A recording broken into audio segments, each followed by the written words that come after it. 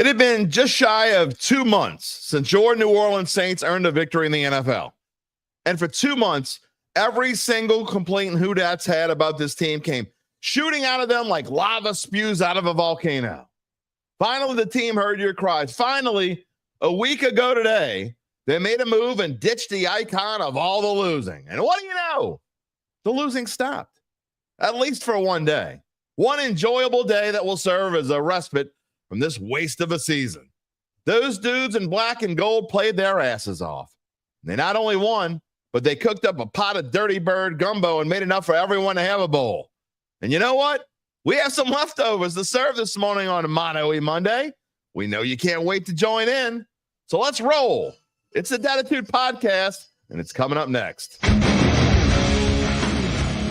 If you're looking for the latest scoop and in-depth interviews on the Saints, the NFL, the Pelicans, LSU, along with the best bets of the week, then lucky you. Along with high-powered, in-the-know guests who cover our teams, Jim Derry brings plenty of Dattitude. And he'll always tell you the way it is, or at least the way he thinks it is.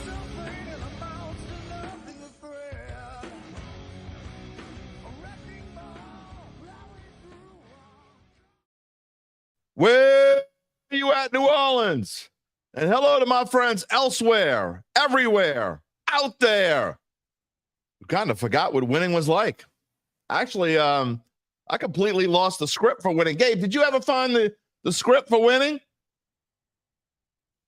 No? All right, I guess we're just going to have to wing it. And we will do it here on Dattitude, episode number 308, presented by Evangeline Securities for a Monday, November 11th, 2024. It is Veterans Day. So first of all, thank you to all the members of the Dattitude family who are watching and listening to the show. If you are a veteran, we thank you so very much for your service. I think about my dad this morning, who many of you know, I've talked about over the past few months. He died, passed away in February. Indeed today is a special day for me. I think about him. So again, thank you all veterans today and every day, but especially today. Thank you for your service. I am your host, Jim Derry Jr., a 34-year member of the sports media, 11 years of broadcast. And yesterday was one that I won't forget for a while. I will tell you this. It has been, I've been through long losing streaks before. When they end, especially the long ones, everyone just seems to soak it in and enjoy it a bit more. Yes, Randall. Thank you, for sure. That's what yesterday was. Yesterday was interesting. When I was sitting up in the press box, I tweeted out a picture about 10 minutes before the game. You can go take a look at it. It's on X. Dome was about 3/4 full. There were a lot of Dirty Birds fans in there, enough to hear them in the pregame. And I tell you, you know what? Saints shut them up pretty quickly. Barely heard a peep from them the rest of the day. I was pretty surprised, got to say. Not just by the outcome of what happened, but just the fact that, I'm telling you, you did not hear a peep from them Dirty Birds almost at no point in the day. I didn't notice them anyway. It was a smaller dome crowd than usual for sure. And we've talked about how Atlanta fans don't travel that well. But I'd say there were probably, I don't care what announced attendance is. That never matters. That's never real attendance. So there were about 60,000. There were at least 10,000 empty seats yesterday. But who knows? I don't know. Anyway, majority of that's, what I saw yesterday. That's how I know the vast majority of fans who say that they hope the Saints lose every game the rest of the way. They want them to lose every game so they get a better draft pick. They're full of it. Deep down, I know it's impossible for a rational, sane person to root against their team, no matter what the circumstance. That's what I saw yesterday. I heard a crowd that was as loud as any crowd that I think I've heard since Sean Payton left. And I'm being serious. I mean, I'm talking about even the crowd from the game against Carolina in the opener. This crowd was louder. Definitely fewer people, and they were louder. And it was fun. It's fun to watch. So anyway, we move on. Whether you're watching on one of our NOLA.com social media channels, it is Mano E Monday. You know what that means. It means that you can be a part of the show today. Every Monday, you can be a part of the show any day, but especially on Monday, because today is just me. It's just you. At some point in the near future, Gabe will come on the show. He'll be talking about whatever he wants to talk about. I know LSU is going to come up. Unfortunately, they stunk up the joint. But you can type in your comment whether you're watching on YouTube or Facebook. I will tell you now, Facebook, if you're on Facebook, first of all, it's a perfect reason this morning. We will show you why, because I got a hi from Baltimore. I have no idea who you are. It says Facebook user. We have some kind of glitch going on with our StreamYard, which is our service that puts us on multiple platforms at one time. So if you're on Facebook, I ask you two things. A, that we would much rather you watch it from the YouTube channel because that's where the Dattitude family lives. But B, if you are going to watch and you're going to comment from Facebook, please type in your name when you do so because I can't see your name.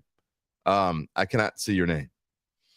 Rocky, this message was in at like 10:50 this morning. I saw it. So that's Rocky couldn't wait to be the first one. An inspiring, long overdue breath of fresh air. Good morning. We're going to get into LSU later, Randall. I'm not talking about LSU right now. They stink too. They stink in a different kind of way. Finally, a better than meh Monday for sure. Rainy Cajun for sure. A-Town's here. Good morning. It's definitely a good morning. John Pace. Who dat, baby? Got the dub. There's no doubt about it. Again, Facebook user, I don't know who you are. I hope you're a regular. If not, it doesn't matter. We show you comment here this morning. Like Coach Rizzi's attitude, you think he should be considered. We're going to get into that. Derry's Dime's coming up. Let's don't get ahead of ourselves. Okay. I really love what I heard from Rizzi yesterday in the press conference. Great. I love the response from this team that we're going to get into all that. I promise you. But let's hold off and let's not give the keys to this franchise to a guy after one coaching job. Okay. How many games have you all seen an interim coach come in? It's happened in the Saints history before. We've talked about this, where an interim coach comes in, changes everything. They win a game. Maybe they play inspired ball for a couple weeks, and then the lack of talent kind of comes through. Let's be careful with wanting Rizzi to be there. I'm just saying. Rainy Cajun says, I seem kind of pissed on the post-game sideline show. No, why would I be pissed? I will say that I wasn't in pain, kind of. I had issues with my back yesterday.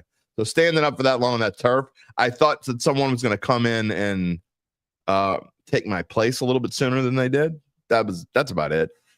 No big deal. I mean, I love doing the show. But no, I wasn't pissed at all. Why would I be pissed?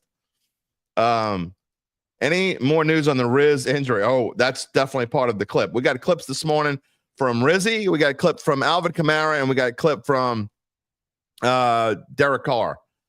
All super interesting. And, you know, I always talk about this, but we're going to get into that a little bit. Again, I got more comments to show, but first I want to what about the crazy day in the NFL yesterday, by the way? I know Gabe doesn't want to talk about this, but that game last night. Oh, what a game. I wasn't wrong about Detroit. I'm just telling you. And they can prove me wrong, just like a lot of people think that Lane Kiffin proved me wrong this week. I'm going to tell you the same thing. I know they're 8-1, and I know a lot of y'all think that Detroit is steamrolling their way to the Super Bowl. Maybe they'll prove me wrong. Maybe they will be here. But I think when it comes to big games, they showed yesterday why they have weaknesses. Now, I don't think that Dan Campbell did anything wrong yesterday necessarily, but this team has weaknesses. Houston, meanwhile, on the other hand, who I think has a ton of talent, they can't wait to get Nico Collins back. C.J. Stroud was just incredible in the first half. And I thought that the Lions were able to put some pressure on him in the second half, and I don't want to say he wilted, but he definitely wasn't making the same kind of solid decisions he made in the first half. Can Houston get things fixed as they go forward? I don't think either Kansas City or Detroit are fait accomplis to make it to the Super Bowl. Just say, I know it sounds like it's just the easy thing, and Kansas City is both of those teams look like it's fate for them to do their thing. I don't know. We'll see. I will say this. I don't know what I was thinking by taking the Bears in one of my knockout picks yesterday, but you think I wasn't sweating? I split my picks. I couldn't decide whether I wanted to go with Bears with 1 and Kansas City with 1 or do Kansas City with 2. So I chose, obviously wrongly, now you look at it wrongly, but I chose to do Bears in 1 and Kansas City in 1. And there was a long period there where I thought I was about to lose both my picks. But luckily the Chiefs got super lucky, and there they are. All right, you want to hear my dime, though. You want to hear what my take on yesterday and all these things. And, again, these clips. We got some really good clips today. But before we get to that, let me continue the story about our friends at Evangeline Securities. You know by now that they should be call number 1 if you are even contemplating selling your family-run or privately held business. Why? Because no one around this area can help you answer the clear top question before you even get started better than Nick Braden and Ron Hemelt at Evangeline. And that question is, what is my company worth? They begin with a complimentary evaluation to get you started to have you better informed. We'll tell you more about it later in the show and where you might go from there after you find out what your company's worth. You already know that they have offices on Porter Street in Lafayette. They're the local guys looking to help the people they love here. We'll tell you more. In the meantime, you can check them out at www.evangelinesecurities.com. Okay. I know there are a ton of comments in the queue. Again, we're going to get to some more of them, but got to give you my dime first. Okay. It's not a long one. We've definitely shortened the dime, but I had some responses, some questions, let's say, can you bring it back? And I said, okay. So I brought it back like 3 weeks ago, and here we are on Monday. And this is my only prepared remarks of the day. So here it is. I said Friday I had no idea what to expect from the Saints this week. And had Uncle Big Nick given me $10 to bet on the game, I would have rather given it to charity than try to figure out what was going to happen. How could anyone foresee what was going to happen? The team's top receiver was an old veteran plucked off the scrap heap. And at least for one day, he was faster than any of the Falcons' defensive backs. A defensive front that played uninspired football for 2 months suddenly looked like they gave a damn again. Cam Jordan drank from a sip from Endymion's chalice and looked like at least on one play, he was 27 again. Had you bet a parlay of MVS scoring twice, Cam and Chase Young each recording a sack, and the Saints on the money line, you wouldn't even need help from my friend Nick Braden at Evangeline Securities. You'd be one rich mofo this morning. If you had Kirk Cousins throwing for more than 300 yards in the final 3 quarters with no touchdowns, a pick, and a dirty bird loss, you clearly won the bingo game. No one else had that on their bingo card. If you knew ahead of time that one man could change the effort in such a way that a team with no receivers and a bunch of reserves in the defensive backfield could defeat the obvious frontrunners in the NFC South, then you are clearly a better soothsayer than I am. Things are joyful around here this morning. I ask, what would it take for you to accept Dennis Allen back right now? If the Saints brass said, you know what? We think we can do better. We want to bring Dennis Allen back. What would it take? I hear there's a team meeting right now. And Drew Brees is contemplating a return to football. But there's a stipulation. We have an exclusive here on Dattitude this morning. We have a player FaceTiming us from inside the locker room. So let's go to the locker room. I don't know if it'll make any change, but I figure it's time for me to start playing ball. Yeah.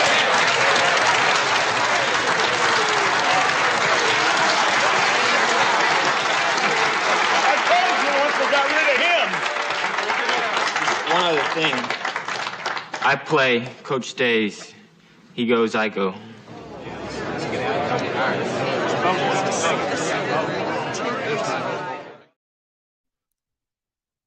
Nah.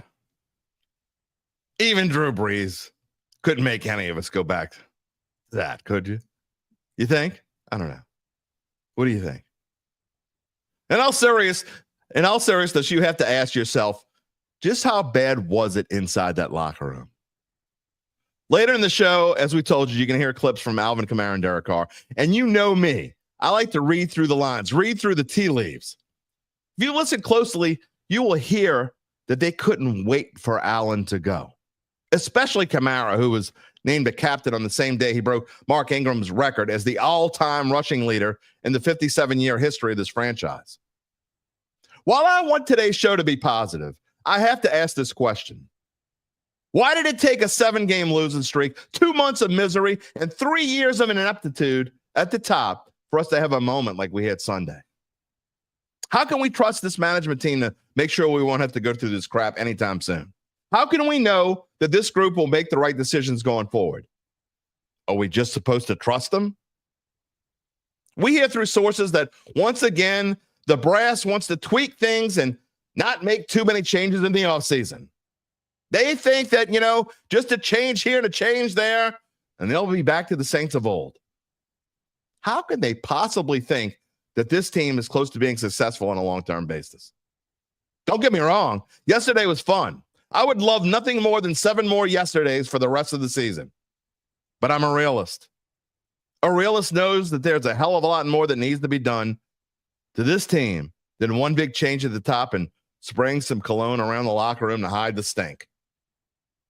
So I guess the answer is to enjoy today, and we'll see what comes tomorrow. But we all know one win is an aspirin and a Band-Aid on a gaping wound. I hope I'm wrong. I know I'm not. And that's the dime. I want to be wrong. I want to be excited about what I saw yesterday. I want to be excited about thinking that, maybe there is some problems, not just for the rest of the season. I mean, the rest of the season is done. I mean, you want to be a pie in the sky person and think that this team's going to go to the playoffs,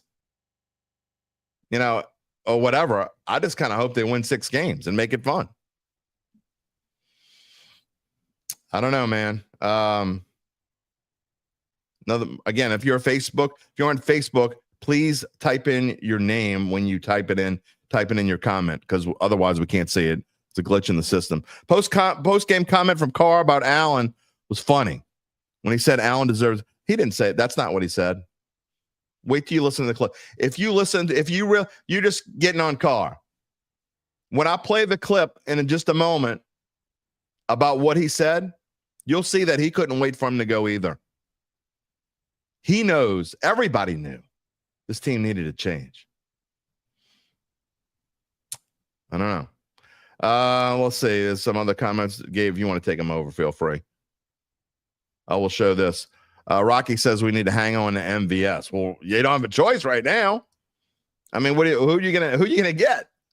I mean, MVS clearly is the best receiver on this team right now. PBM says Carr has a history of making average receivers look great. He did yesterday.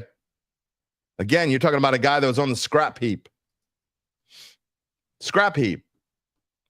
Darren Rizzi, we're going to get to him. Carr throws a beautiful deep ball. He does. He always has. Ashley Farrell, it is a great day to be a Saints fan. It's not a terrible day to be a Saints fan. We do want to get to, let's show some comments about Darren Rizzi going forward. Valerie Lynn says it was a good game. I felt like going into it that Derek Carr outplayed Kirk Cousins. There's no doubt about it. I said this on the Saints Insider show yesterday, and many people scoffed when I say this. They hate when I say this. That Derek Carr and Kirk Cousins, it's Kirk Cousins, by the way. Derek Carr and Kirk Cousins are what and what. They're the same quarterback. Kirk Cousins looks better on many occasions because he's playing on a better team right now. Randall, how can anyone do a real evaluation of Rizzi in one game? People saying make him the head coach right now are nuts. There's no doubt about that. You can't do it. We talked about this last week about how interim coaches just in the history, not just with the Saints, but in the NFL in the grand scheme of the same thing. Since 2000, I think the percentage of interim coaches who win the job are 28%, somewhere along those lines. And none of them, and I mean zero of them, since 2000 have made any kind of impact whatsoever. Good morning, Jerry. Welcome. Love my Dattitude family. Rizzi, it was great yesterday. Victory Monday. Haven't had one since September the 15th. Clyde.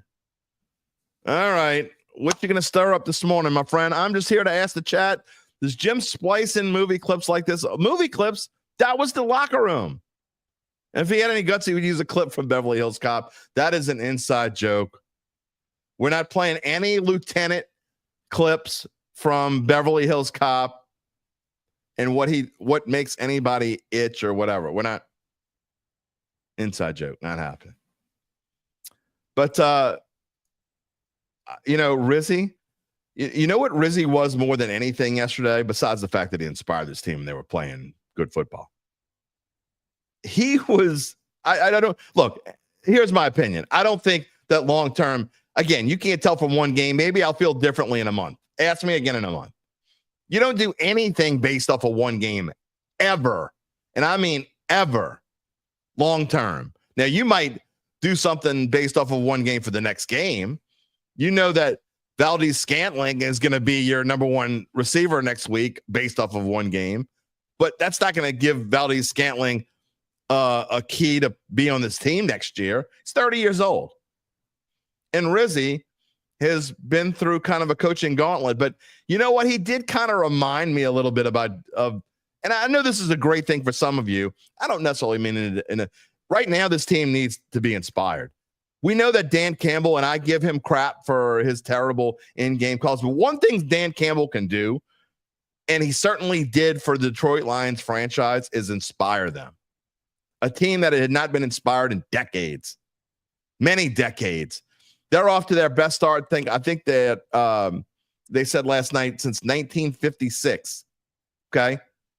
So, and that's the kind of coach, that's what I heard from Darren Rizzi yesterday. And he told multiple stories. I don't know if you saw, and somebody asked earlier, if I knew what happened to him. Yes, I know what happened, but I'm going to let him tell you what happened. But it looked like we were worried in the press boxes. We were going to the elevators to go downstairs after the game was over, that Rizzi was having like a heart attack or something. And I probably should have brought the clip of him that's kind of like, falling down the way that he fell down. But he explains what happened, and then he goes into greater detail. Let me just say that this minute and 46 seconds, there isn't a single word except maybe and, to, and maybe, or whatever the hell basic words that Darren Rizzi uses that Dennis Allen would. And let me tell you, when I say breath of fresh air, that's what this entire clip is. If for no other reason to be excited about yesterday, it's this. As I said, you just said to the players, this doesn't happen. Today doesn't happen without complete buy-in from the building. Listen, you guys have all reported about the changes and all that, and that's all well and good, but the buy-in and the execution, the preparation, I just told those guys, nothing substitutes good preparation. And we had just such a good practice week. The guys really just, and I said it to you guys about the buy-in during the week. I sounded like coach speak when I was saying it, I'm sure, but that's why we won this football game. We won the football game because all three phases had great weeks of preparation, and we went out and executed. I'm gonna tell you exactly what happened. I yelled at Peyton Turner with 30 seconds left because he's celebrating before the game's over, so I screamed at him. And so he's spraying water, and I ripped his ass, quite frankly. So when the game was over, he wanted to get me back. So he came up to me, and I wasn't looking. He jacked me in the back, and I got a history of stingers. So my left arm went completely numb. Literally went completely numb. So I couldn't feel my arm, so my balance was screwed up. I'm fine. Yeah. I never, and listen, all the other stingers I got in my life, at least I saw them coming. I was prepared. I was grabbing them like, Payne, are you effing kidding me? Right? I'm like, I'm happy too, but holy cow. So, besides the stinger, besides the stinger, and my left thumb is still coming back. Besides that, it was awesome. Listen, you guys know me, I'm a pretty open guy, so this is how my day started. I get down here to the stadium, I get down here to Superdome, I go in the head coach's locker room, which I've never used before, right? So here I am early in the morning, I go to the bathroom, and this is how my day started. I clogged the toilet. Yeah, listen, it's certainly a little surreal to see how happy the players were in the locker room. The celebration was awesome. Can you imagine, even for 2 seconds, can you imagine Dennis Allen talking about clogging a toilet? You enjoying press conferences again? Yeah, I mean, I haven't enjoyed a press conference. I don't even remember the last time I enjoyed a press. Look, we're saying we love him talking about clogging a toilet. I don't think I would ever say I would love hearing, I can't wait till someone talks about clogging a toilet. Valerie reminds me of her dad. Reminds her of her dad. But This team needs life. It needed life. It got that yesterday. Again, you can't ever expect interim coach to come in and all he's going to do is breathe. I mean, you can't expect that to last long term. A-Town says, got to love the Riz for that statement. But we know that he gets an audition here for the next 7 games yesterday and 7 more games. He deserves an audition. He deserved one anyway, but now I know he deserves it. Okay, and he's going to get it 7 more games. And if it doesn't work out here, maybe he will get a chance somewhere else. This team needs life. So the one thing that I will say that does give him a chance in the future, again, just 1 game. I'm not saying I'm definitely not going to be on the side of hiring a guy off of 1 game. But I mean, this team hasn't had life in a long time. I'm not talking about 1 game against Carolina or you go and beat up on Dallas. I'm talking about the overall scheme of things. I have not felt like this team has had life, like real life. Again, you hear things that the players have said, and I want to get to them because I think there are key moments from yesterday. You know, Alvin Kamara, and we didn't talk enough about him yesterday, and I got a note from a good friend of mine, Trey Foles, who talking about the Saints rushing leaders. There are three of them, 3 rushing leaders who have run for more than 6,000 yards. Most of you know Alvin Kamara passed Mark Ingram yesterday. Okay, so Alvin Kamara is now the all-time. And one thing that Rizzi said, I didn't play this part of the clip, but Rizzi says, and he's right, whenever you talk about all-time anything, when you're talking about a franchise, it matters. And Alvin Kamara is now the all-time rushing leader in Saints history, 6,544 yards. And you look at his numbers and you compare him to Mark Ingram, and they're pretty darn close. You don't realize how close they were. Alvin Kamara has played 111 games. Mark Ingram played 123. Alvin Kamara has rushed 1,482 times. Mark Ingram rushed 1,451 times.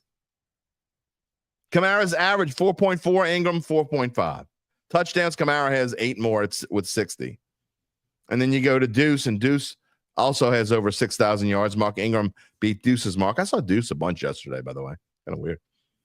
But man, Alvin Kamara is you could just see all those comments. Remember, we would play in the comments from him from before Dennis Allen left, and he's like, the captains kind of got to get together. The last clip I played from Alvin Kamara before DA got fired was Kamara saying, the captains got to get together and we got to figure this shit out. Okay. And he wasn't saying, what he meant was, to hell with what's going on at the top. If they don't do something on their own, it's like, Joe Boo. To hell with you, Joe Boo. I do it myself. And I think that's what was about to happen. And you're talking about a man that I didn't even realize he wasn't a captain before yesterday. Good for Rizzi to make him a captain. You want to talk about someone who feels like he's got a load taken off of his shoulders because he feels like he played inspired, and his numbers weren't great. You see him on the screen. And if you can't see the screen, you're listening to it after the fact. 55 rushing yards, 54 receiving, no touchdowns. That's still over 100 yards of total offense. It doesn't matter. He played differently yesterday from the first snap that he took the ball and went for 11 yards and then broke the record in the next play. He was inspired, and you could hear in his voice, minute and 15 seconds. Yeah, I mean, Rizzi kind of just told me he was like, yo, I'm naming you captain. Like, it's overdue. So when he told me that, obviously appreciated, and then he announced it in the team meeting, and everybody was hyped. So I don't know. I'm a captain. How does it feel being now the franchise leader in rushing? Yeah, it means a lot, and I was just telling everybody, Rizzi gave me the ball, the game ball, and just kind of announced that in the locker room, and I just told everybody, speech. So I told everybody, I'm not one to really celebrate too many of my my successes. You know, I just keep moving, and keep my head down. But this one is special. It is special. It make me feel old. 1, 2. It just make me realize, you know, how much ball I played, and you know how many people had a hand in helping me get here. You know, so just definitely appreciative to, you know, my teammates, you know, to the city. It's special to be able to come, be able to do it in New Orleans. You know, do it in one city. It's amazing. So I'm gonna cherish that one. Yeah, I mean, you can hear him. You can hear what he said in the first part of that press conference. By the way, A-Town says that UBN should get a shirt saying "Nobody beats the Riz." Maybe that should have been my headline for today. Maybe. UBN says Kamara's so happy he did his press conference naked. Who cares? Do whatever he wants. This is if A-Town, if he goes undefeated, UBN's going to make shirts for all of us. That's here this morning. Jerry says Kamara for MVP of the Saints. I don't think there's any doubt that he's MVP this year. John Pace loves him some Alvin Kamara, deserves his lifetime supply of, we'll give him a plug, Abita beer. He got a lifetime supply of Abita beer. Good for Abita. Look, just to get that thing over with, man. Just to get it over with. Who dat? Again, you might want to put your name on your Facebook post because we won't know who you are. Derek Carr was the same kind of way. We had a comment earlier about Derek Carr taking up for D. Look, the Derek Carr haters, just stop, man. Seriously. 16-25 yesterday, still playing. You could tell the oblique is still bothering him. 269 yards, 2 touchdowns. Two perfect passes to Valdez-Scantling. Carr was great, absolutely. 2 perfect passes. The first one, the 40-yard touchdown pass, I mean, it hit him right here in the digits. 67-yard pass later, same thing. You might not like Derek Carr, but he showed you why this team is that much better when he's quarterback. The offensive line played okay. Just Valerie Lynn, he throws one of the best deep balls in the game, there's no doubt. UBN said he watched Red Zone yesterday, not the same game. Not the game. Did Rattler get in? We'll let you answer that. We're not going to do Rattler today. Facebook user. I don't get the Carr hate. Kamara dropped the perfect bet. He actually mentioned that in his press conference, and there's no reason to play it. But he's like, man, that would hurt his feelings, I think. And I said this on Insider yesterday. You could throw that pass 100 times and put it in that spot 100 times, and he's going to catch it 99. It was just one of the ones he missed. Whoa, Q supposed to have 3 what? 3 perfect TD passes. No knock on him. Yeah, no doubt. He's supposed to have 3 touchdowns for sure. Clyde said it was one of the lamest things he did. He said that. It was one of the lamest things he's ever done in his life. Hey, man, he acknowledged it completely. You got to love it. That's why they took his shirt. Who said that? Stewart said that's why they took his shirt. He dropped the pass. No shirt for you. All right. Again, I want to get to Derek Carr, and I want you to listen to this. Even you Derek Carr haters, listen to this. You can 1 minute and 36 seconds. You could tell how happy he was with the change. Now, look, he was probably the only one back there that wasn't hating on DA in the grand scheme of things, but you could tell that he wanted change. Everybody wanted change. And it shined through, and it just, I mean, if you don't think it mattered, then you weren't watching. You know, when things don't go right, when, you know, a coach gets fired, everyone feels that because we all had a hand in that. You know, it's football. It's not just one person. But we know how that goes. And so it was an emotional week, but I was really proud of our guys that, you know, we flipped the switch and compartmentalized and just went to work. So thankful to get a win against, you know, team leading our division, and just what a difference a week makes, right, for us. So, we talked a lot about this week. Riz talked a lot about this week. Hey, if crap doesn't go our way, it's okay. Keep playing, and it kind of just eased the mood. And we honestly, we have nothing to lose. They already fired our coach. We lost, last week at the time to a team that was in last place in our division. I mean, what else do we have to lose? I mean, just go out there and compete. If it doesn't go right, keep playing. And it kind of, that mindset of just keep playing, keep competing, kind of just put at ease to everybody. It didn't have to. Not that it was before, or feeling like we're on pins and needles, but it's like when you get your back up against the wall and guys haven't been in that situation or scenario, it can kind of feel like a big letdown. What was Rizzi like just going up in a pregame? What was he like? Fired up, honest, intense. Those are the words that when I think of Riz, that's what I think of, especially pregame. We love playing, and you want to win for him. You want to put your best foot forward and hopefully, give him a chance at being a head coach someday. Different team, different feelings. The three words that stuck out for me: nothing to lose. That's what they play like. But again, it took you to get rid of someone like that, get rid of DA to play. I mean, part of that's on the players, right? I mean, to me, I'm not blaming it all on Dennis Allen because you get paid a lot of money to play football. I don't know, man.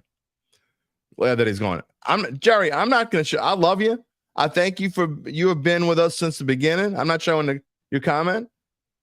I'm not showing any more, and no more comments of people being crappy about Carr. Now, unless you have a legitimate, you have receipts to back it up and not just, I hate him, he's a DB. No, you got to have receipts now. Not showing that crap anymore. Derek Carr has proven how much better he is. The people that were out there, and this is the last I'm going to say of this, probably all week. It'll probably come up again before the season's over. It's the last time I'm going to say this for a long time. Where are all the people that were screaming for Rattler to start over Carr? The moronic, asinine, dumb comments. Where are you? Haven't heard a peep from those people. Derek Carr is so much better than any other quarterback on this team. And guess what? If you hate him, too bad, because he's going to be here next year too. Not saying the Saints are going to be good next year, but it won't be Carr's fault. Adam Varner says Carr is a good quarterback. Throws beautiful deep balls. Great team win. Holy crap, Chase Young got a sack, so did Cam. That's what I was asking. What do you think the parlay pays on that? What do you think the parlay pays on all of those things happening? Not that anybody would bet that. I'm just saying. Where's this team going forward? Problem with Carr is when he has a chance to run, he doesn't, besides once yesterday. That's not his thing. Kirk Cousins doesn't run either. I mean, first of all, he's injured, and he's probably under, I don't want to say orders, but the dude's got, you think he's 100%? No. He came back because this team is awful without him. Either one of the two backup quarterbacks, and it's an automatic L, no matter who they play. That's why he came back. So, anyway. He thanked Dennis Allen. So what? That doesn't mean he wanted Dennis Allen to stay because he thanked him. You can thank people. That doesn't mean you oh, please bring him back. Come on, man. Elijah Gray confirmed that DA was 100% the problem. I don't know about 100%, but a major part. We talked about this at the end of last year. Just think, where would this team be right now? Like if they would have bought it, let's say they brought, I don't even know what coach we could think of. But had they got rid of Dennis Allen last year when 90% of us thought so, Carr loves this team. That's why he supports them. He really cares and plays with heart, 100%. But where would this team be right now had they brought in another coach and still, look, I'm not sold on Kubiak. He made a lot of mistakes yesterday. Talked about this on the Insider. I thought Kubiak made a ton of mistakes yesterday. But I think he's young and can be a really good offensive coordinator in the long run. Just think if they had brought in a real coach and what this season might have been. I mean, now we don't know. Maybe they would still have the same injuries because if they have the same injuries and Olave is gone for the year and Shaheed is gone for the year and, Adebo's gone for the year and Warner still missed half the season and all these other injuries that have affected this team.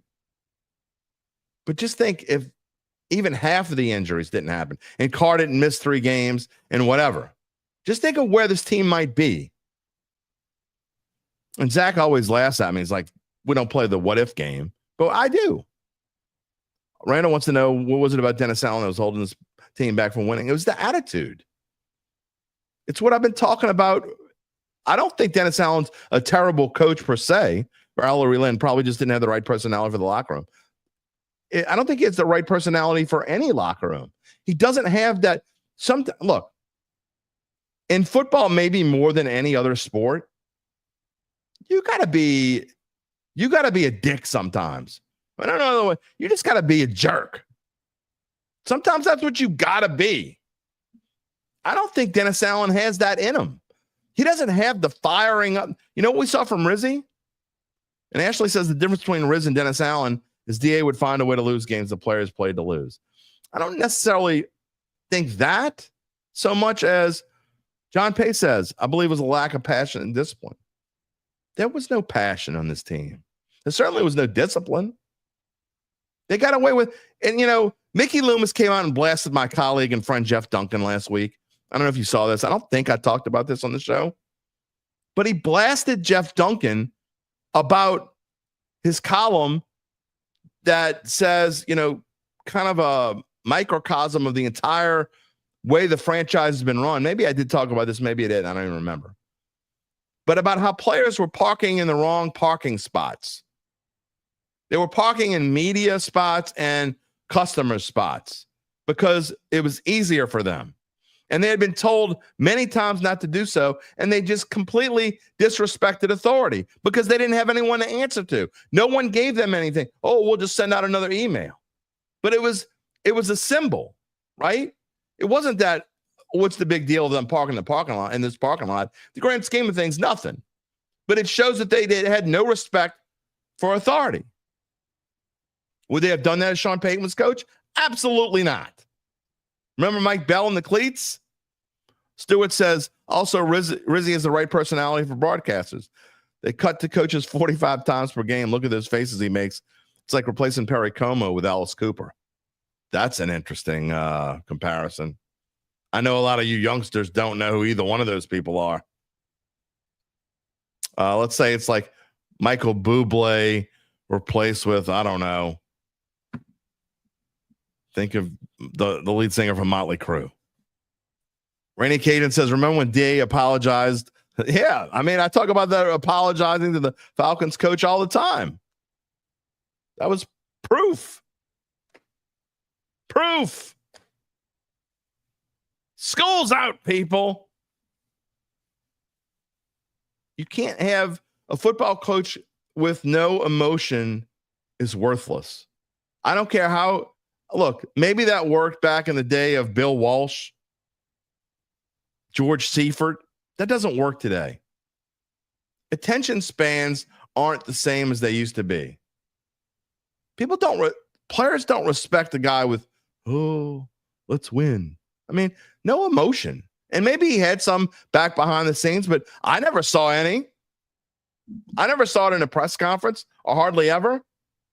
I'm not saying I want a coach to go out there and pound the podium, but give me some emotion. Give me something. So Derek Carr saying that they played like they had with nothing to lose. Why did it take a 7-game losing streak to play like you had nothing to lose? That's what I want to know. All right, look, we're going to wrap up the show with Saints today. We've got plenty more to talk about with Saints, and who knows, Gabe may talk about the Saints. You know what? Before we get to Gabe and do this, because I want people to hear about my friends at Evangeline Securities. We're going to get to Gabe. We're going to talk a little bit about LSU, Alabama. Again, we're going to come back to Saints and get more. We're going to finish this up Mano E Monday. The last 10, 15 minutes of the show are all you and your comments. We told you earlier we were letting you know more about how Evangeline Securities can help you figure out what your family-run and privately owned business might be worth and whether it's time to sell. Well, how do they do it? We told you. After their complimentary valuation of your company, if you decide to proceed, native New Orleanians Nick Braden, Ron Hemelt, and the folks at Evangeline will begin an extensive auction process from among established private equity funds from around the world. And they will maximize the return process for the founder and his or her family. I'm hearing that they too, over at Evangeline, they have some leftovers from the Dirty Bird Gumbo. They can make this one heck of a Thanksgiving and Christmas for you. I don't know about you, but I like presents. You'll be able to go to them high-end stores like the Target and wait, what's that? Oh, there's higher-end stores than Target? All right. Show me pictures after the show. Evangeline Securities is the top producer on their platform. There are very few companies like them in this area and none with their dedication and success. They are fully licensed and ready to serve you, so get in touch with Nick and Ron about what's really important, and that is the rest of your life. You can find them at www.evangelinesecurities.com. Okay, again, we're going to talk to Gabe a little bit about Alabama, LSU. We're going to come back to Saints, and I am going to wrap it up. The show will be wrapped up today with my Monday Night Football prediction. You know, UBN and Zach were making fun of me on Twitter. Somebody that's got his face on the screen right now was 5-1 in his best bet. 4-1 in his best bets. Somebody whose face is not on the screen, but is commenting today, wasn't 4-1 in his best bets. Just saying. Just saying. All right. Let's see. I don't even know. I think Gabe lost his best bet this week. I think. Yeah. You did that stupid ass college parlay BS. I mean, I thought we have learned this by now. The worst, like a sucker's bet, you're donating to a book when you do a teaser that involves college football. Just saying. Teasers won me big bucks last year. So in college? I don't think in college. I had some college picks. Not many. Big bucks. You can go back. They're all archived. Okay. Yeah. I'll go watch them. Anyway, what you got for me this morning? I'll tell you my biggest mistake wasn't placing a college teaser. It was believing that Garrett Nussmeier was a decent quarterback. Yeah. Look, I'm not going to take up for Garrett Nussmeier this morning. I'm going to say that he wasn't very good. But that being said, you can blame quarterbacks all day, all night long when you give up 42 points. Nope. No, here's the thing, Jim. I knew you were going to say that. So here's the thing. No. Here's the thing. You're going to back. Oh, because he gave the ball to them. No. He stopped. Whatever. Go ahead. The defense gave Garrett Nussmeier a chance to go into halftime tied. They stopped Alabama on 4th and 1 when it was 14-6 to give LSU back. And what did Garrett Nussmeier do? He absolutely crumbled. It doesn't matter how your defense is playing. It doesn't matter if they had the 2011 defense or 2016 defense. Yards. Nope. It doesn't matter. It does matter. You want some stats? Certainly matters. You want some stats? Yeah. The offense, aside from a garbage time touchdown, in the last 6 quarters, they've scored 12 points. Well, Garrett Nussmeier. How many have they given up? Garrett Nussmeier has turned the ball over 6 times in the last 6 quarters. He has more interceptions through 9 games this season than any LSU quarterback has had in a season since Jarrett Lee in 2008. I'm not taking up for Garrett Nussmeier, but it's no different than putting all blame on Derek Carr, who's obviously doing better than Garrett Nussmeier. I'm not putting all the blame on him, but I'm saying Garrett Nussmeier is not the guy. This season is over for LSU. The season is over. You have nothing to play for. You got nothing to play for now. It's the most ridiculous thing you've said on this show ever. You got nothing to play for. You're playing to go to a New Year's Day bowl, which is a possibility. You're not going to go to a New Year's Day bowl. That's the playoff. It's 9-3. That's the playoff, Jim. Whatever. A New Year's Day bowl that's maybe whatever. If it's on January 2nd, We're playing for a Cheez-It Bowl. Congratulations. Get out of here, man. That's ridiculous. Nothing to play for. This sounds like a typical LSU fan that doesn't live in reality. If you don't go to the playoff, it doesn't mean the season's for nothing. Because it is for nothing now. 140 other teams or whatever it is are playing for nothing. That's absurd. That's an absurd statement. And When you're when you're a championship contender, LSU fans out there. when you are a championship contender, which LSU should be, LSU was touted as one going into the season. There is a new 12-team playoff. If you're not one of the best 12 teams in the country, but you're expected to be, you're now playing for nothing. This season doesn't matter. I couldn't disagree more. Does not with that matter. statement at all. That is ridiculous. Let Garrett Nussmeier sit on the bench and go to the NFL next season, see what you have elsewhere. Well, guess what? First off, Garrett Nussmeier is probably not going to sit on the bench, and if he decides to stay, he's probably going to play. He shouldn't decide to stay because he is being, this is ridiculous. I saw this from Bleacher Report the other day. He's being mocked to pick number 6 to the Las Vegas Raiders. That's not going to happen. Which is just absurd. I definitely agree with that. I'll move on. 20th, so I'll move on from that comment. Can we just talk about Joe Sloan's dumbass real quick? Sure. I'm not going to disagree with you on this one. This dude is in so far over his head as an OC. About that. Caden Durham ran for 45 yards in his first carry. Do you know how many touches he got the rest of the way? I can tell you it's less than 10. 7. I knew it was less than 10. I knew it was in single digits. I mean, to me, that's as big of a problem. And look, it's a huge issue. And then he wants to say, oh, our running game has a problem. But here's the thing: this goes back to your thing about Nuss. If you have a crappy OC, that can completely bring down the effectiveness of a quarterback, especially the younger you are. Now, granted, Garrett Nussmeier has been in this program for 4 years now, whatever it is. But when you talk about an awfully run system, I mean, that just stuff trickles down from the top down. Doesn't go from the bottom up.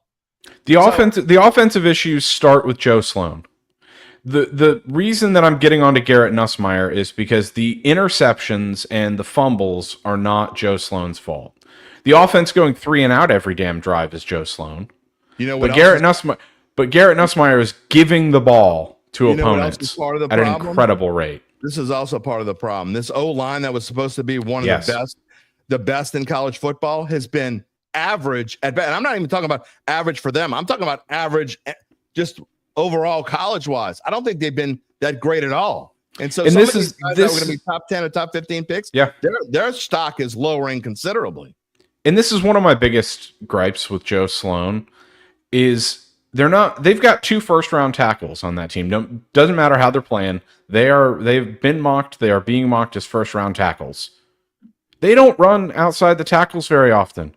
They choose to run from the shotgun, which infuriates me to no end, especially on 3rd and 4th short. They're running behind the guards and the center. The inexperienced players on this offensive line. I agree. Poor play calling. Poor play design. Poor play design. But I will say, while we do disagree on whether or not this season is a lost cause or not, I specifically told you to hold off on this because I wanted to respond to this. This is where we agree.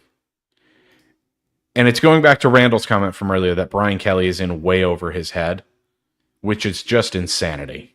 I'm going to go back to where this team was a few years ago. Yep. And look, I love Coach O to death, and I've said this multiple times on this show. I love Coach O to death, but where one more season of Coach O, and this team would have been in a position to where you wouldn't be able to resuscitate it for a decade. It would have been Florida. Easily. How about Billy Napier, by the way? I don't understand that move at all. But going back to Brian Kelly real quick, people have been calling for his head since the first game of the season, which frankly just it puzzles me because Brian Kelly has something. Whether or not he's got something to play for this season, he actually does, and this is the one thing that they have to play for. LSU can still win 10 games this season. If they do, this would be the third time in program history that they've won 10 games in 3 consecutive seasons. The other 2 were under Les Miles. Here's the thing, and this is what annoys me to no end with all the people calling for Brian Kelly's head. First off, what else are you going to get? What are you going to get that's better? Because Kirby Smart doesn't grow on trees. And even he is showing that he doesn't grow on trees. Who doesn't grow on trees? Steve Sarkisian doesn't grow on trees. And Saban doesn't grow on trees. Can you imagine if Texas fans had called for Sark's head after his first few seasons? Yeah. They'd be, here's some stats for you. And this is why people calling for Brian Kelly's head just pisses me off. Nick Saban in his first 3 seasons at LSU, 8-4, 10-3, and 8-5. And he inherited a program that was similar to the one that Brian Kelly took over. I think we can agree on that. You're talking about records. Here's a record for you. Randall's saying Brian Kelly will never, and capitalize, never win a national championship. Randall's record in picks his last 2 weeks were 1-6 2 weeks ago, and what were they? 0-5 this week. 0-6. 0-6 this week. Randall, do me a favor. Tell me how many active coaches in the NCAA have a national championship. How many? I can count. What is it? 6, 2, 7? No, 3. 3. Is it only 3? I believe it's 3. With Harbaugh going to the NFL, I believe it's 3. Mac Brown at North Carolina, Kirby Smart, and Dabo Swinney. I believe it's 3. I could be overlooking someone. I believe it's 3. So he's not paid $10 million a year. Well, then why should we take your opinion for anything that's worth anything? Well, I'm not asking you to be paid $10 million. I'm asking you to be right more than 1 out of 12. It's just absolutely absurd that these people. I saw people saying yesterday. They said, Jaden Daniels covered up LSU's flaws, and Jaden Daniels covered up Brian Kelly's flaws. Who recruited Jaden Daniels? Yeah, exactly. Who brought him? I had someone tell me yesterday that Herm Edwards deserved all the credit for Jaden Daniels. You play to win the game. Can we not? Do we not remember when Jaden Daniels left Arizona State, when all of his teammates posted messages about him sucking outside of his locker?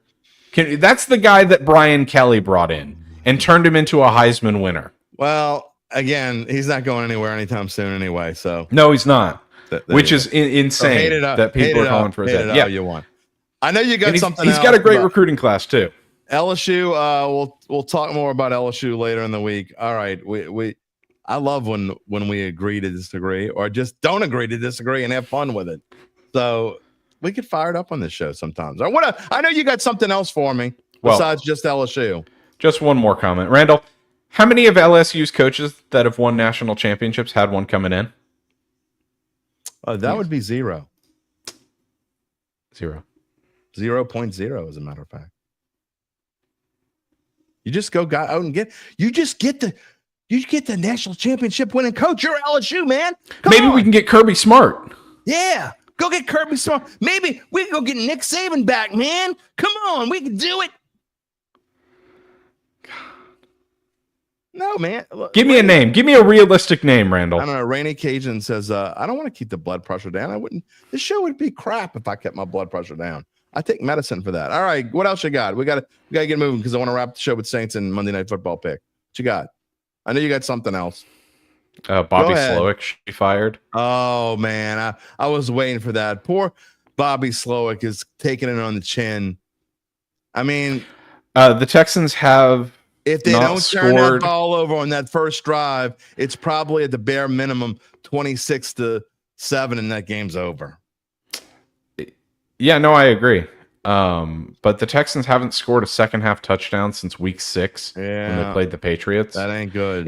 It's absolutely nuts that an OC who has been touted as a future star head coach is this bad at in-game adjustments. I mean, I think he does a color by numbers at halftime. Yesterday was overall was fun, and not just because the Saints won. Overall, yesterday in the NFL was a lot of fun. Look, even though I love when the Bears lose, don't get me wrong, but even with them, with one of my knockout picks, and I'm probably won't forgive. I'll keep learning my lesson. Don't ever pick the Bears in knockout. But how about that Caleb Williams, that first pick? That's really turning out to be people. This is a perfect example of why you don't tank ever to move up higher and to get a better pick. The last 2 number 1 picks have been superb. Stunk. Just saying. You know? All right, we're gonna Wednesday. Can we find something to get fired up about it again on Wednesday? Maybe if people keep saying stuff like this, then yeah. Kelly's fake Cajun accent was better than his coaching ability. He's won 10 games in back-to-back seasons. He's a good coach. I mean, really this is the first night game he's lost at Tiger Stadium. That's not acceptable. You don't lose at home. It's not like he lost to Vanderbilt. He lost to Alabama.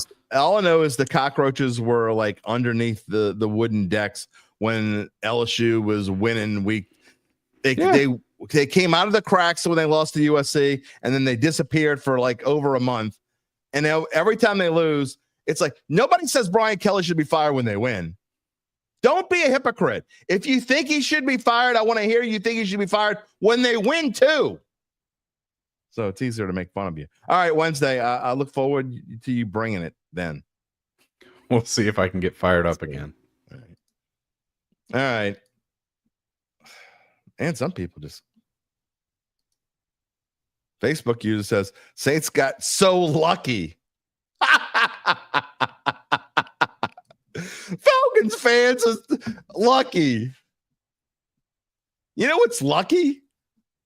You're lucky you got 6 wins. How the hell did that team win 6 games? The Atlanta Falcons.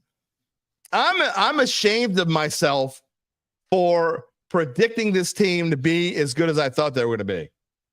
I'm going to go ahead and shame myself even more. I've been messing with Randall. I predicted Atlanta before the season. See, I bring my receipts, and when I'm wrong, I tell you I'm wrong. Jason Benson says luck is when preparation meets opportunity. You make your own luck. Falcons fans, we got tears for you. I predicted the Falcons to win 12 games. What was I smoking that day? Maybe I took, who was it that said it earlier? Maybe I took, I think it was Rainy Cajun. I think I took too many blood pressure medicines that day. I don't know what I was thinking. All right, y'all got about 10 more minutes to give your comments. Again, we're going to do Monday Night Football predictions in just a few minutes as it's the Miami Dolphins who are, Dolphins have had, you want to talk about luck. How about bad luck? 2.5-point underdogs tonight at LA Rams. Sure, Warren. Now look, I'll give it to you. I'd forgotten about you. You said you would come back even if the Falcons lost. A man of your word. I got to give it to you. Great Bears pick. What are you laughing at? I was right about my Bears pick. I was 110%. Oh, you talking about my knockout pick? Bears pick was one of my best bets of the week. I said take the under. That was over at halftime. Just saying. Lance says we took this game. We gave them the last one. Pick, sack, fumbled in the game. We snatched their soul and their money this weekend. Lance, what do you think would have happened? And I like, you know me, I like hypotheticals. And Sherwin, seriously, I like manning up. When you man up and you come back, you man of your word. You always have a place on this show. I want to ask a hypothetical. And Lance, you brought it to my mind because what happens if, you talk about the split and kind of gave the game away first time, absolutely gave the game away. By the way, I almost put my headline for today almost was if it wasn't such a big game for the psyche of this team. And, it was in case you don't remember what it was and you didn't see it or whatever. So this is the headline for today. That's that. But I almost made it coup dat. As in Young Way coup. But I was like, that's kind of a stretch. Jason Benson loves seeing the defense get the stop after the defensive guru was sent packing. If DA was still there, that stop doesn't happen.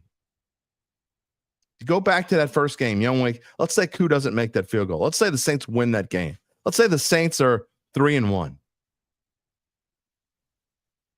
They go into Kansas City and they lose and they're 3-2, whatever. But let's say, does that change? We talked about this on Saints Insider. Is Dennis Allen still the coach of this team if the Saints win that game? Lance, there you go. Asked his brother the same thing. It was worth it to get rid of DA? See, I don't know if it's such a quandary, and I'm serious. I'm being serious because, again, you know how I've preached over and over on this show that you don't ever lose on purpose. So at the same time, when you say don't lose on purpose, you never wish for, if you had the chance to do it over again, you wish you got to win, right? I just wish that you could find a way to make it. I don't know. I don't know what would have happened. I think that if the Saints would have won that game, they'd be 3-1, and they still had the crap that ensued. They lost 5 games in a row, and they were 3-6 going on. No, they would have been 3-6 going into the week instead of 2-7. I still think you fire him. Randall, I say I would never lose on purpose. 100%. I would never. And I'm talking about, I can't imagine myself ever losing on purpose. Yes. What if I was going to? Never. I mean, never. Losing does nothing to you but make you a loser. Ever. Again, what has the number 1 pick done for these last 2 teams that have had the number 1 pick? Nothing. Nada. I'll bring this up again. Gabe loves when I bring this up 2 years ago. Whoever, Lovey, going into the last game, knows he's getting fired from the Texans. And the Texans lose the game, they get the number 1 pick. They're guaranteed the number 1 pick. Lovey knows he's getting fired and is a big to you, Houston Texans. We're going to win this game. And when they did. And instead, they got the number 2 pick instead of the number 1 pick. How did that work out? Because, I've heard people say, oh, they would have taken C.J. Stroud. Absolutely not. Ask any Texans fan, including the one that's in my green room right now, that's helping produce this show. Absolutely, the Texans take Bryce Young with that first pick. No doubt. You can go back and you can look at the odds. Before, after. The Texans were taking Bryce Young. 0 doubt. How'd that work out for them? How's it worked out that the Chicago Bears traded away Justin Fields, and now they have Caleb Williams, who can't beat at home the New England Patriots? Not only did he not beat the New England Patriots, but he got his ass kicked. And they didn't score a touchdown against the New England Patriots. So you don't ever know what's going to happen if you get the first pick, the third pick, the 5th pick, the 9th pick. It doesn't make a difference. I would rather win today and worry about whether I get pick number 4. Oh, you could have had pick number 1. Don't care. Want to win. Just saying. PBM says, where was it? Chicago and the Jets have been trying to get their quarterback in the draft for the last 30 years, and they still ain't got one. By the way, speaking of Jets quarterbacks, did y'all see my boy from Minnesota yesterday? Turned back into a pumpkin. I know they won the game against the hapless Jags. Looked like a bum because he is a bum. In the battle of the loser bowl quarterbacks, Mac Jones, the only reason why the Vikings won yesterday. Y'all know how much I think Trevor Lawrence sucks, but Trevor Lawrence would have beaten the Vikings yesterday without a shadow of a doubt. Apathy says there were warning signs there for Caleb Williams. He was dog water versus ranked teams in college. Randall says you can't draft a franchise quarterback without drafting quarterbacks, though. Bullshit. Drew Brees wasn't drafted by the New Orleans Saints. Will there ever be a better quarterback for this franchise ever? And I mean, whether it's in my lifetime or another one? No. Jason Benson, the draft is a darn crapshoot. No guarantees. What are teams supposed to do? Not draft quarterbacks in the first round? No. I'm just saying. It's exactly what Jason said. You don't know what you're going to get by drafting first. Tier quarterbacks don't grow in trees. You don't just go get one. It's the same as coaches that win national championships. You don't just go get one.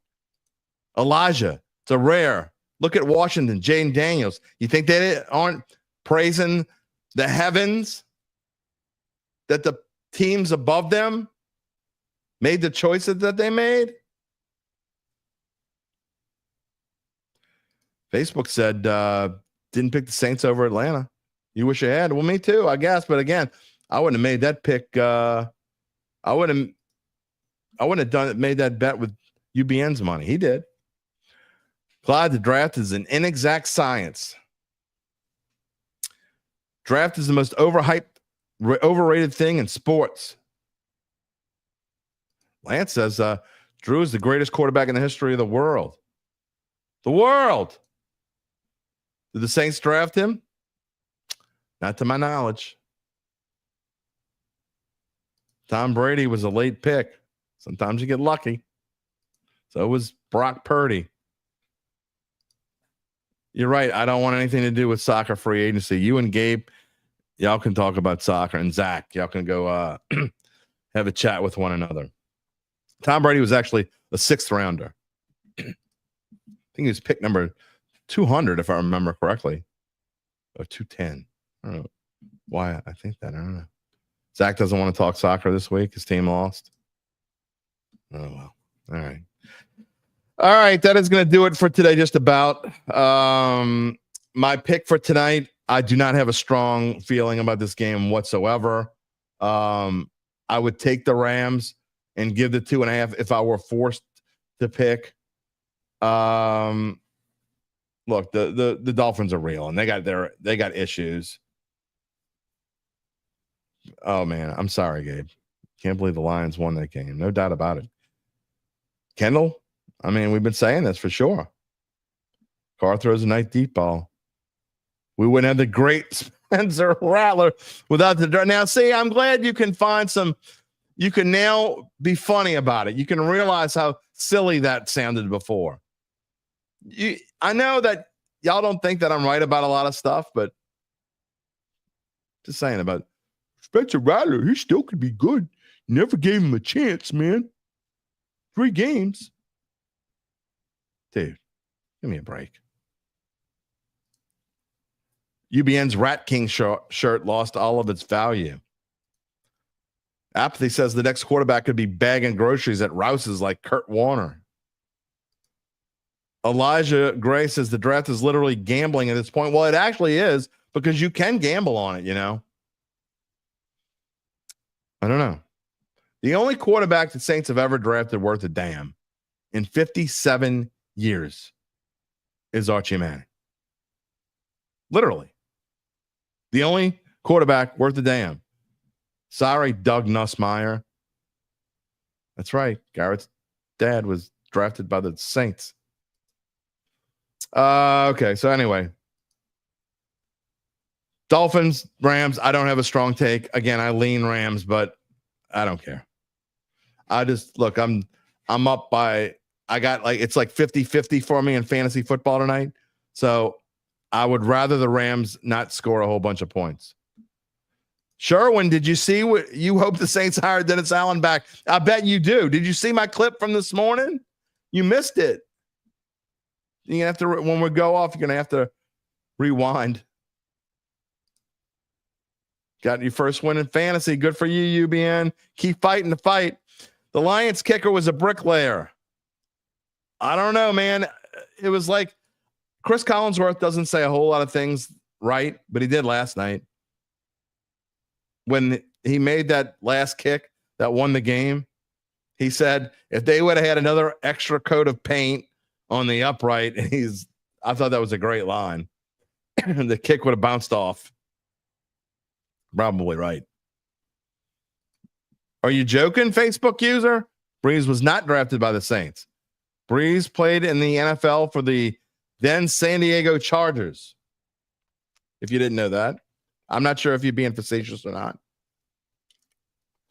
But no, he played in San Diego and they got rid of him when his rookie contract was up because they went out and drafted Phillip Rivers. Last comment. Well, maybe. Probably have another one.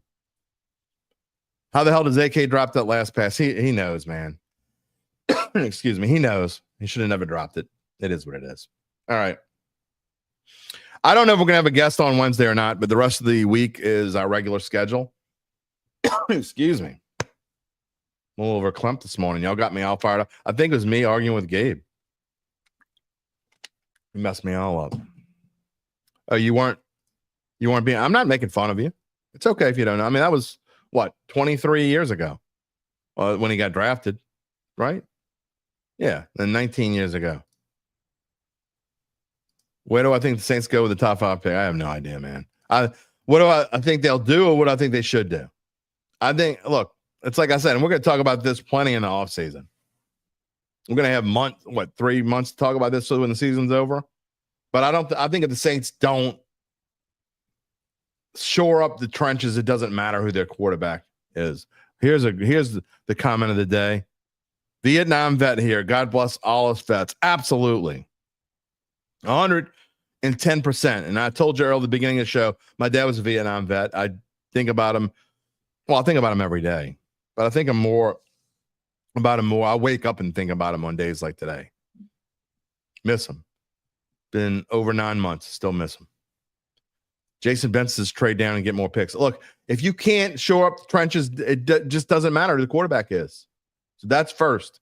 Got to do that before you do anything else. I want to thank today's guests, who are you. You were today's guest, just like you are every Monday when the Saints play on Sunday. Well, pretty much every Monday anyway.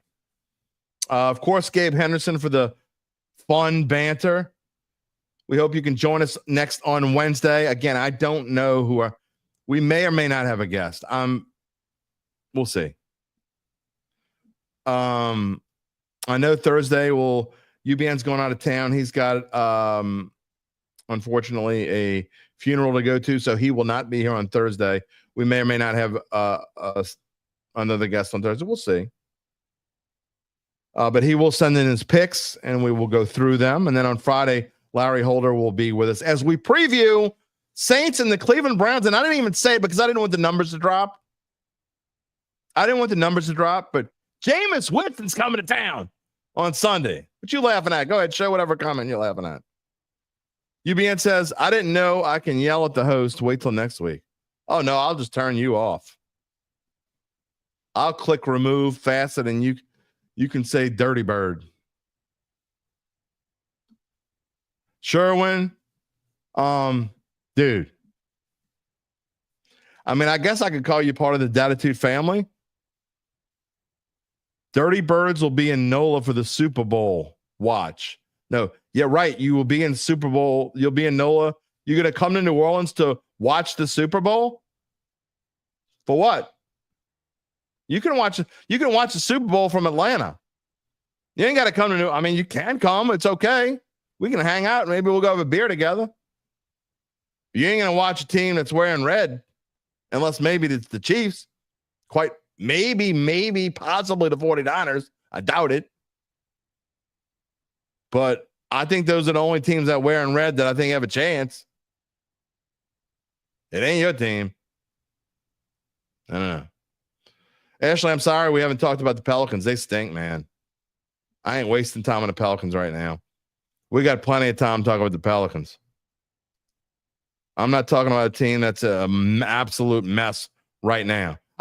We got enough of a team that absolute mess. That's the Saints, and LSU's not far behind. You ain't playing in the Super Bowl. Your team got 0 point. Your team's got about as much team to play in the Super Bowl as the Saints do of finishing with a winning record. Okay? It's not 0. It's not 0.0, but it ain't good. Reminder, if you haven't already done so, by the way, if you're watching on YouTube right now, give us, well, it's going to do it. Nope. If you're watching on YouTube right now, give us a like. Again, I don't know why it helps, but they say it does. So give us a like if you're watching on YouTube. If you are watching on Facebook, please go over and find us on YouTube. We're so close to moving up to that next level. Our page is growing every day. That's where the Dattitude family lives. You'll always get notifications when we go on the air live, which is every weekday except Tuesday. We take Tuesdays off. Well, I don't really take off, but we don't have a show on Tuesday. Monday, Wednesday, Thursday, Friday, live at 11 a.m. Central Time, and you can always watch after the fact.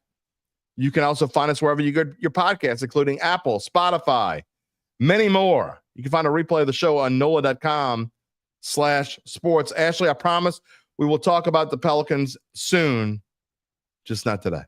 I can't deal with another losing team. It's hurting my heart. It's bad, man. It's bad. You can also find our work on bet.nola.com. And of course, the Saints Insiders, our Saints Insiders on NOLA.com/Saints. Thank you, Randall, and the rest of the Dattitude family. We will see you on Wednesday. Have a great couple days. Take it easy, my friends. If you're looking for the latest scoop and in-depth interviews on the Saints, the NFL, the Pelicans, LSU, along with the best bets of the week, then lucky you. Along with high-powered, in-the-know guests who cover our teams, Jim Derry brings plenty of Dattitude. And he'll always tell you the way it is, or at least the way he thinks it is.